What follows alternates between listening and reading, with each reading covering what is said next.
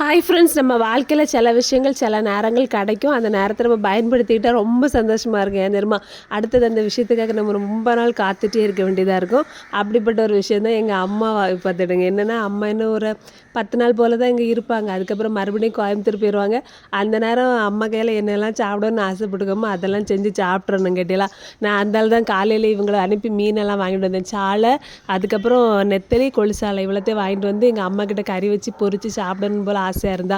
அப்புறம் வாங்கிட்டு வந்து நானே மீனெல்லாம் கழுவி எடுத்து கொடுத்துட்டு அம்மா கறி கூட்டெல்லாம் அப்படியே கூட்டி எடுத்து அடுப்பில் வச்சு சோறெல்லாம் பொங்கி சூப்பராக மீனெல்லாம் பொரித்து தந்தாங்க பார்த்துருங்க.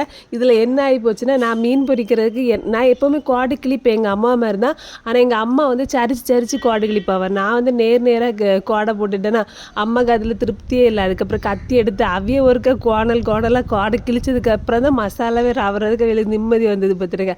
அதுக்கப்புறம் பொரிச்சு சோறெல்லாம் தந்தாங்க. அந்த தட்டில் போட்டு அந்த சோறு, வெறுங்கறி, மீன்கறி பொரிச்சு எல்லாத்தையும் வச்சு அப்படி உருட்டி உருட்டி உள்ளே தள்ளும்போது சொர்க்கமே உள்ளே போனது மாதிரி செம்மையாக இருந்து.